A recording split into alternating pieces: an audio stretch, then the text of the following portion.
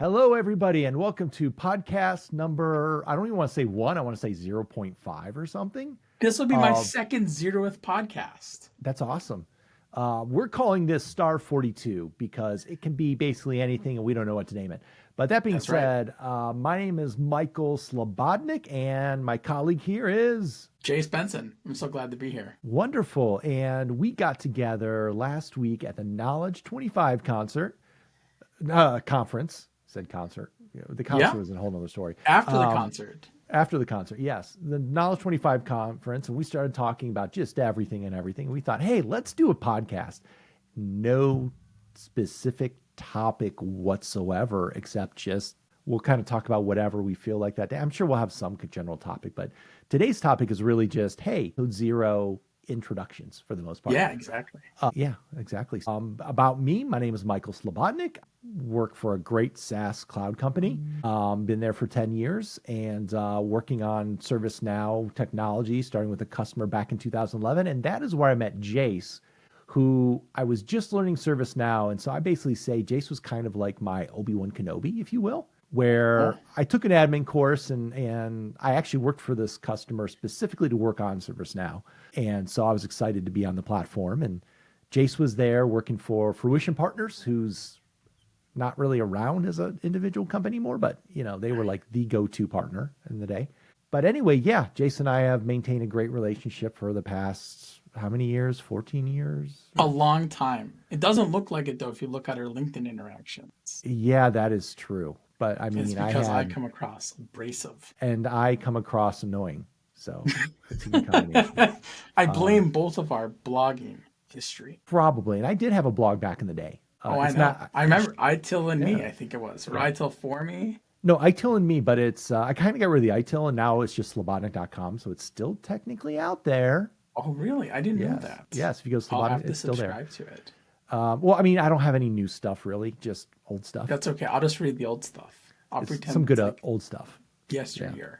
So anyway, Jace, let me hand it over to you and you can do your intro because I can talk about myself forever. I'm Jace. People seem to know me sometimes, but I've been working on ServiceNow forever and I don't care. Just build the stuff you want to exist. It's all I'm about now. That's a good philosophy. And I remember it was 2023.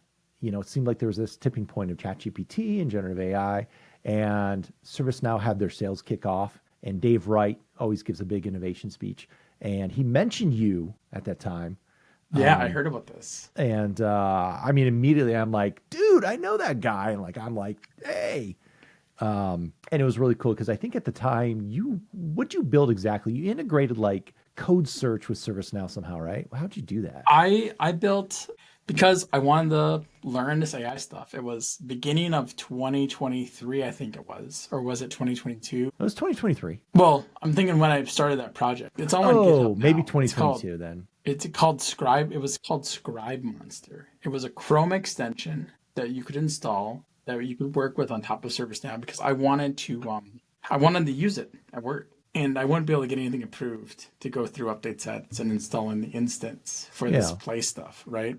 And so I learned how to build a Chrome extension, and I learned how to build this AI stuff before the ChatGPT 3.5 model, right? So this is like the Da Vinci models, the Curie models, I forget the B one. It's named after some very important. You know more history with ChatGPT than I do. The first time, I mean, I've heard it in the news, but the first time I experienced ChatGPT was, I think 2022. No, wait, what year is it? No, I think 2023.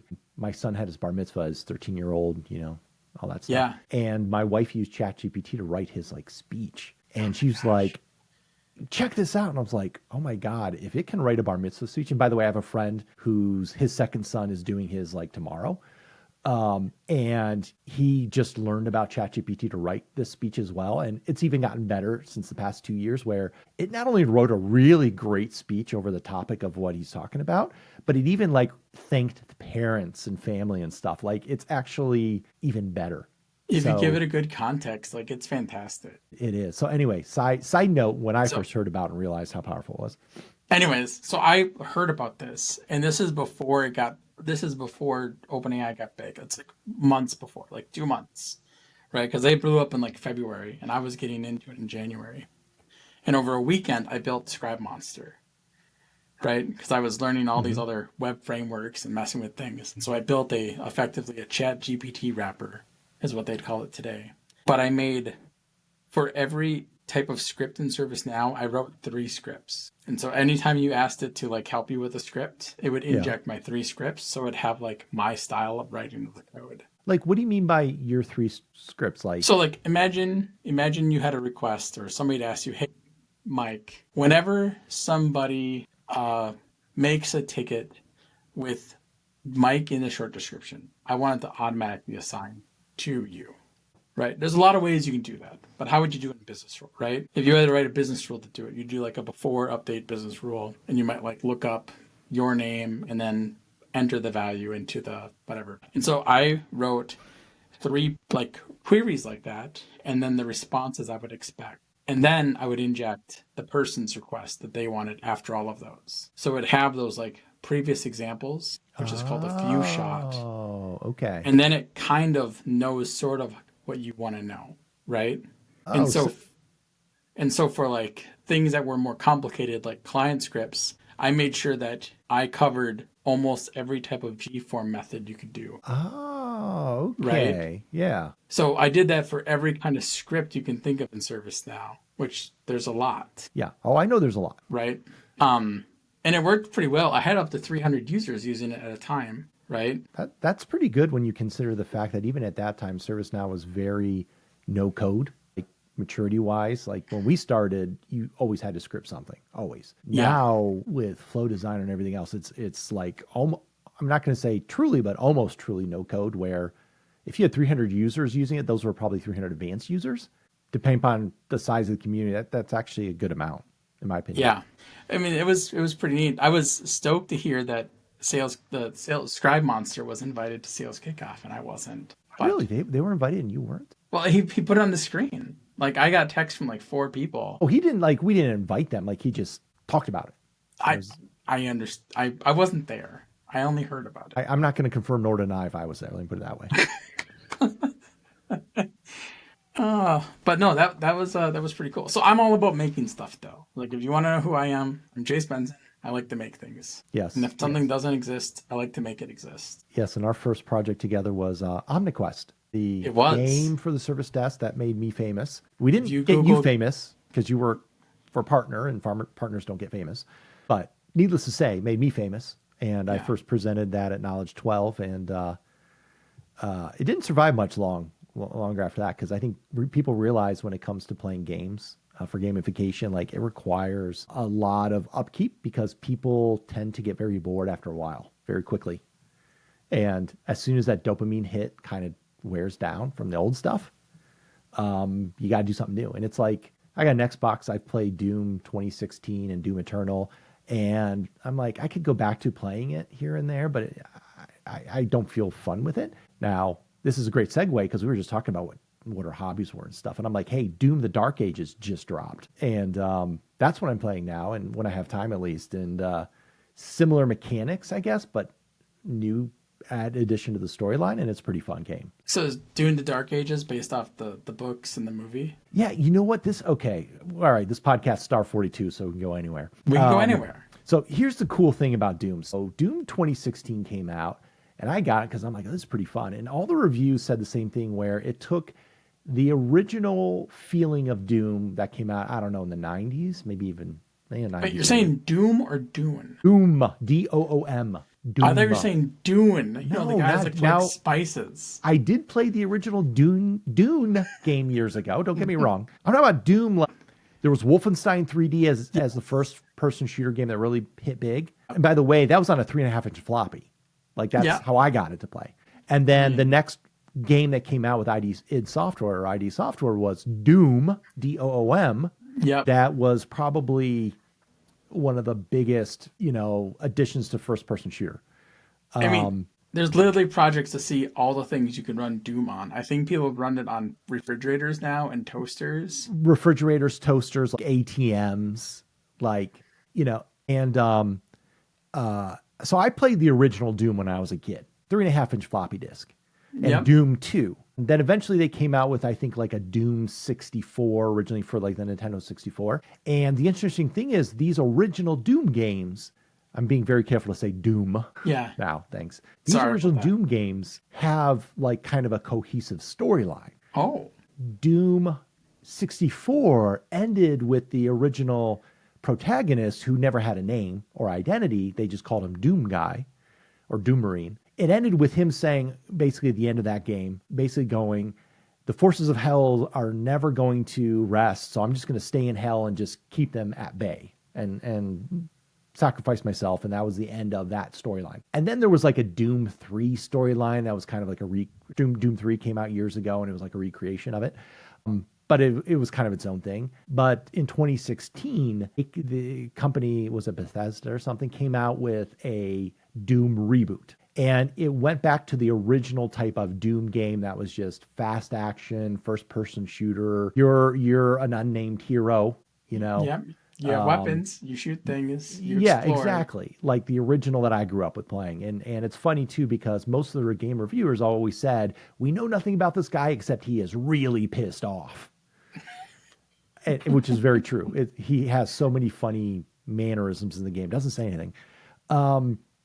So when that came out, everyone loved it. It was great. And then Doom Eternal came out, and it continued the storyline, but it had flashbacks. And what they did, which was brilliant, they took some of those flashbacks to kind of give more background into who this Doom guy or Doom Marine is. And they connected it to the original Doom 64 storyline. So they connected it back to the whole original Doom 1, Doom 2, Doom 64, whatever.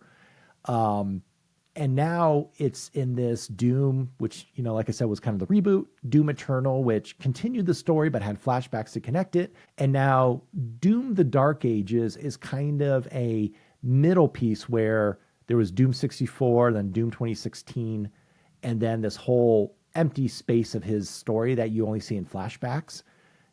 Doom the Dark Ages kind of fills in more of that middle space. So That's cool. It is really brilliant how they did it with that connection. And like, so old school gamers like me, I don't know if I'm a gamer, but old school Gen Xers. I mean, I played Doom on my neighbor's computer. I'd have to bike a mile down the road, right, to get to it. And totally worth it. Totally worth it. It was totally worth it. He also had an application you ran on the command line that would just give you insults. And I thought that was the funnest thing ever.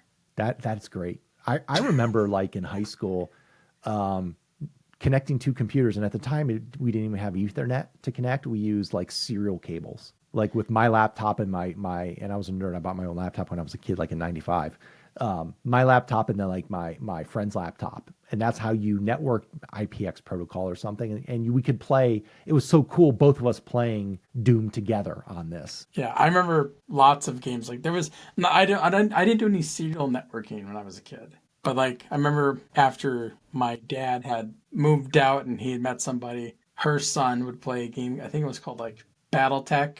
Oh yeah, BattleTech. Yeah, and you would have to, if you wanted to play against each other, you had to dial into each other. Yeah, like you'd put their phone number in the one game, and the other computer you have to like have it ready to receive the call. Yes, I've done that too. And then you could control your own. And I thought that game was great, running around in these Ronin machines and whatever. But yeah, that's old timey stuff. I mean, my first game that I played on a computer really was Ultima 4. Okay, it's old, but doesn't feel like it's that old to me. I mean, the copy we had a cloth map. And so like I would act as the cartographer. My brother Alex would control the computer. Okay. Right? And I think we took turns. It was a long time ago. I might not have got to play when he played.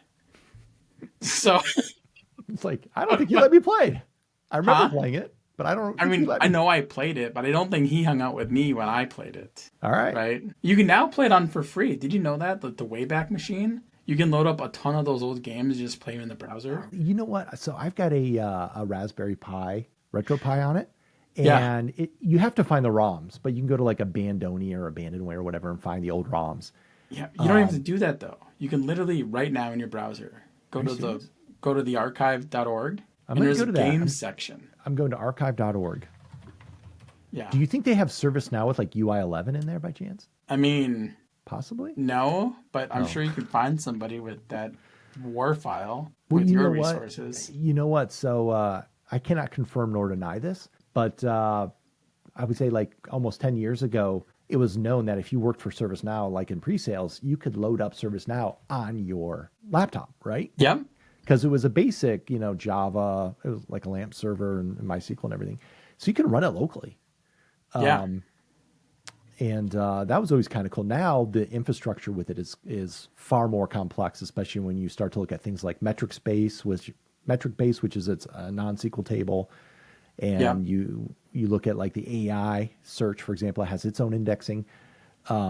It's far more difficult to do that nowadays. But this is really cool. So the archive.org and then games. I think archive.org, then software, and then there's MS-DOS games, classic PC games. Like I used to play a game called Mega Race, which you can load up on here and play. You can play Ultima 4.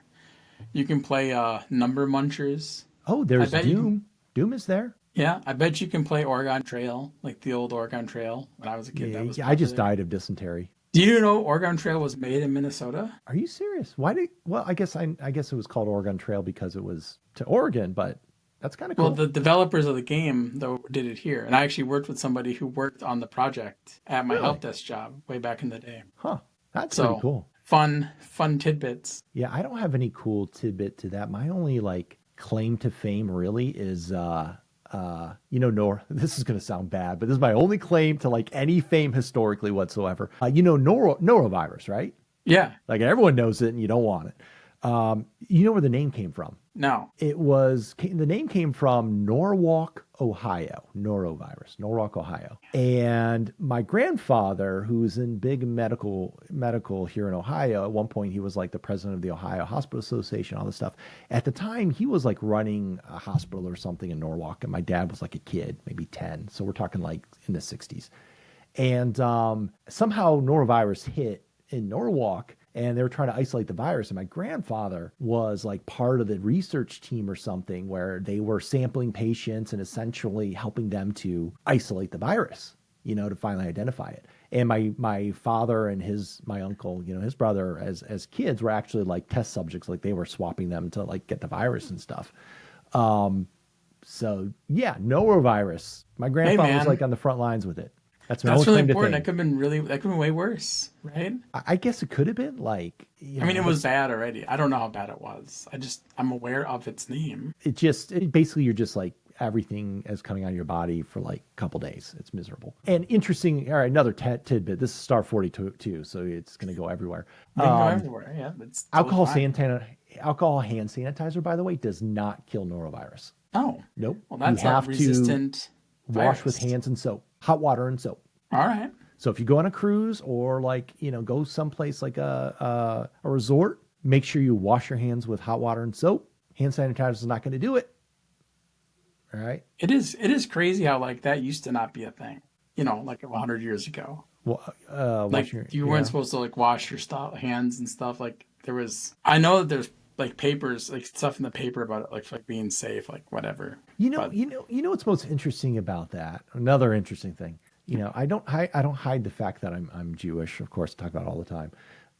yeah, And if you read through so many like the laws and everything of what you're supposed to do if you're living like an Orthodox Jewish life, there are so many points of washing hands. Like the old temple thousands of years ago had like mikvahs, which was water, like baths basically of water, and you have yeah. to immerse yourself into it before going up to the temple or whatever.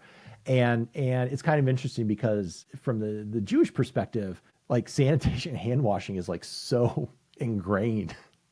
Right. Because it's like part of the process. Yeah, exactly. And of course, I didn't know about what germs were at the time, but I'll give my religion that much credit. Like we were, I don't know, explains why. Like I'm neurotic, I guess, but Hey, it works. yeah. But anyway, that's my claim to fame, at least norovirus. But going back on the game topic, like one of the best things I had with Knowledge is I had a 30-minute presentation at CreatorCon for Trivia Now 2.0. Did I tell you about this? No, no. This is this knowledge you presented it at. Yeah, so I don't know if you remember, but Knowledge 18, I did something similar of like a 30-minute presentation of Trivia Now. That was 1.0. And it was Yeah. a trivia game I played at Knowledge. I think I still have the old scores from that game. And when I was, speaker submissions for CreatorCon, I'm like, well, why don't I force myself to update it? Meaning, why don't I have some kind of timeline and that I have to have it updated? So I submitted for Trivia Now 2.0. Yeah. So I took the game and rewrote it, because over the years it was just convoluted and whatever miscellaneous stuff. And it was written back when, before That's fine, right? flows. Things change. You want to rewrite it? That's great. Yeah, exactly. So you did a rewrite. I did a rewrite. And what I realized is, number one, that most of the data structure is the same anyway, because like just the mechanism and logic to play a trivia game. Yeah. But I improved it in the sense of, I'm using flows now for the logic to automate it. And I hope everyone, if anyone listens to it, all 5 people maybe, are also using flows and not workflow editor. I still argue with people who are like, I still use workflow editor. And I flat out tell them, don't do that. Unless you have a really, really good reason I can understand, don't use workflow editor. It's old. Use flows. New things don't necessarily make things better. This is where we're going again, right? Continue your trivia story. We'll come back to flows and workflows. Yeah, we may have to close out with that. But needless to say, I rebuilt it and I used flows, and I kept with Service Portal though. I didn't go to like the workspace. Yeah, of course you did. Workspace is really difficult. Yes, there's a lot of good stuff to it, but I would have had to create my own components, and like the amount of effort to do that is crazy. Like yeah. I mean, it's almost like you're disincentivized to use it. You wouldn't say that. I would say that. You would say that. I would say there is more development overhead that results in a more efficient final result, but that does require some additional skills beyond what required for widgets and Service Portal. Yeah. But also, at the same time, with all the out-of-box components, I have yet to really have a need to build my own components anyway, with the exception of Trivia Now. But that was all custom built in my game. So needless to say, I updated Trivia Now. I cleaned it up, made it more efficient. One of the big things I realized is if you're playing a game such as this, where you've got it on your phone and it's got to cycle through and kind of coordinate with everyone else with all the questions, I need to make sure I minimized the amount of back-end processing required anytime someone was interacting with the game. Right. So every time it cycles from one question to the next, it will go and the server will query all the various tables and pull all the information up that is going to just be displayed in the screen in the right order and everything. So when someone goes to it and it does that initial client server load, it's just pulling it all off of that one record and not saying, well, let me pull this and then query 3 other tables in the Service Portal widgets. Yeah, that definitely can save a lot of time. I can see how that's useful. Exactly. And it keeps everything coordinated and much more efficient. So I updated that to just run better and more efficient. And so I ran it in the small CreatorCon Ask the Expert sections. And like, I think max were 10 to 15 people in each area. And it played great. It worked. That's awesome. That's fantastic. So I got to people just use their phones to connect to it. Yeah, it has a QR code and you scan it. And I had to automate logging in because when I first did it in 2018, and I had hair back then, I had a picture of me at that time. In 2018, Service Portal widget security was such that if you wanted to use Record Watcher, you could be anonymous. Like you didn't have to log in. I think it was the next release of ServiceNow right after that knowledge, they changed it. And so I had to set up a kind of a auto provisioning, if you will, where I had pre-built user accounts and you put your name in an email and then it would assign you a user account. And then I at least did it also have it like a magic link. Like you just hit one button and fills in the user ID and password. And then you hit login to log in. Yeah. Nobody complained about getting in. It worked. That's awesome. That's hard to achieve. Like I've been messing with different authentication models like that for some stuff I've been building. It's not the easiest thing to just build the user record and have it log in properly and set the password and bypass all the stuff and let the links all work. No, but it worked great. And I relied a lot on like a REST API because, when it goes through REST in your scripted REST API, you can control a lot more of what it can get to. Yep. So I feel in terms of a trivia game, it's fairly secure. And then those user accounts are SNC external or something. So they're not going to get to much else on the platform. Right. That's awesome, man. Good job. Thank you. It was fun. I'll maybe we'll show it off sometime. And it's like got a whole game and template system and everything. And it's fun. did Star Wars with it as well. Did you ever see Kevin Malinga's card game he built on ServiceNow that inspired the cards this year at the Knowledge event? I did not. That was based off of something someone built? Yeah, so last year, a guy named Kevin Malinga out of Australia, he built, you know what? Can I grab it? 1 second. I'm going to grab it. I know I'm on audio, but I'm reaching back to grab a deck of cards so I can put it up here. I don't know if we'll have video on these podcasts, but I'll describe it. So he built this. Okay. You see this? It's a Yeah. 2024 complete set snap deck. It's based on, it borrows a lot of concepts from a Marvel card game. But let me see if I can find somebody you know. So do you know Mark Stanger? Oh, yes, and Sea Guru. I read so much. Mark the Stranger. That's right? funny. We have our late mayor, Lombardo. The mayor, yes. Right. Real quick side note. Someone called me the mayor like last week. Like, you're like the mayor of ServiceNow. I'm like, no. There's only one. There will only ever be one. Pranavbot, I mean. I don't know who developer Pranav is. MVP or advocate guy. Wait, we have an advocate named Pranav? Yeah. I only know Lauren McManaman and Ed. MGOPW. But he made one for all these different people, right?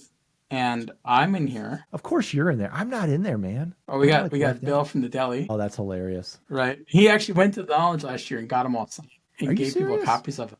Yeah. You know, and he was able to track down Bill, and he gave Bill a copy of the one for Fred. And yeah. So he's got a bunch in here.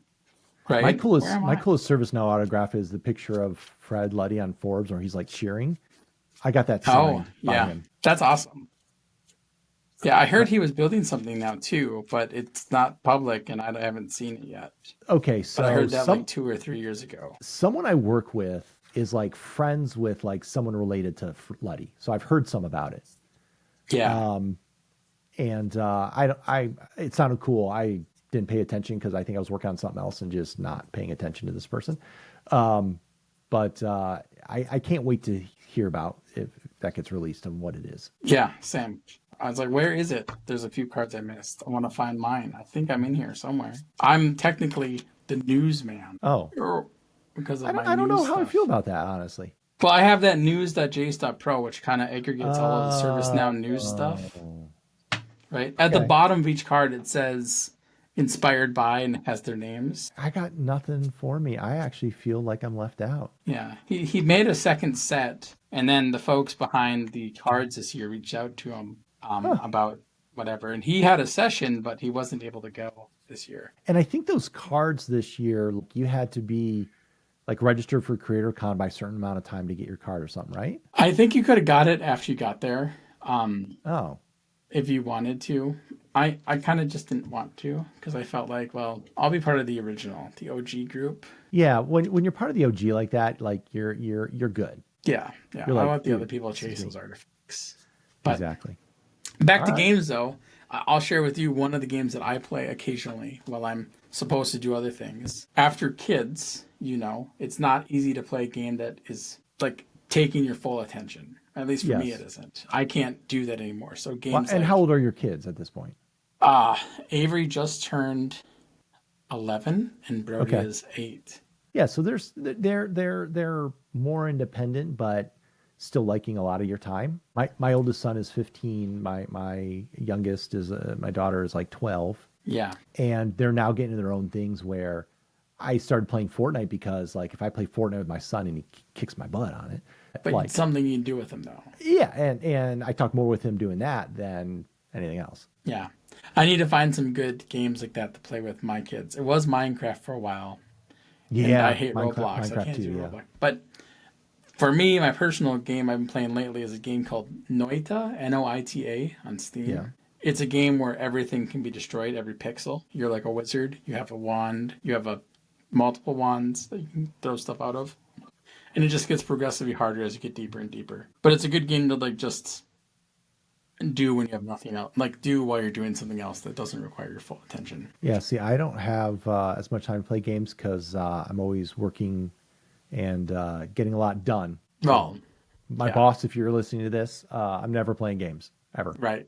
He was actually working the whole time on this I call. It doesn't was look working like the it, whole but time. before the call, he was showing me the setup. He's got like 7 laptops around him. Yeah, It's exactly. like a weird, version of like multiplayer chess. Noita or my No, like, what you're doing right now. pretty much, yeah. Yeah, Um, yeah, I was running with like 2 laptops, like minimum. yeah. In addition to like, I don't know how many Raspberry Pis I have and mid servers and, like Zero Copy, for example. I was demoing Zero Copy at I was showing people Zero Copy at Knowledge. I won't go into details, but I was like, yeah, we've done Zero Copy for years. Like, it's not new. Right. But it's marketed in a way that's confusing. Maybe that, yeah. But I was showing like, all right, here's my mid server, here's my MySQL server, and here's the data from it. And everyone's like, oh, I need to know how to get to like SQL data with servers now. I'm like, all right, cool. You find Yeah, it. that's fantastic. Well, cool, man. Well, we are probably about where we wanted to. I mean, we could go on for hours. We could. I think. But let's save it for next time in a few weeks. And That works. maybe we can send each other some ideas of like just things to bring up next week. Oh, I did want to share that I cannot believe that my old coworker found a bottle with my name on it, a Coke bottle. Oh, this one. Yeah. Yes. Yeah, I yes. sent you a picture of it. Yeah, you sent And me a my picture. name is not common. My name is Jace, Jace, right? My name's, well, my first name's very common. I don't know. Can I share? I don't know if you screen? can share an image, but a coworker of mine from a long time ago sent me a picture in Washington State of a Coca-Cola bottle with the words Jace on it. There it is. Yeah, I there can you share go. that. Yeah, you got it. Yeah, that's it. And I was like, oh man, my wife and I haven't drank soda in like 4 months, so I'm looking at it like it has my name on it. You I know can go what? get that right now, Rachel. I heard if you cut out soda, you also reduce your will to live by like 60%. Oh, there might be that. That might be true. Well, I think it's more for coffee. I just made that up. I don't drink coffee either, so I don't know how you don't. You know what? I don't know if we can be friends anymore. I mean, when I lived in Seattle, I really, really, really tried to enjoy coffee. But I had a couple rules. I'm like, it can't be filled with all of the stuff. Like, I gotta have it natural, like the way it's served, like black. Yeah.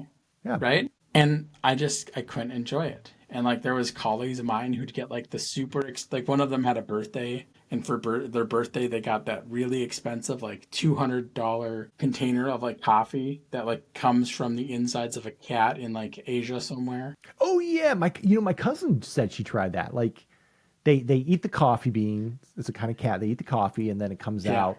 Something about the stomach enzymes does something to it. I'm sure it's perfect for people who love coffee, but like I don't like $5 coffee. I'm probably not gonna like $200 coffee, right? You know what? So one of my early IT jobs was at a place called Coffee Bean and Tea Leaf. So when I lived out in LA and trying to get out of Ohio.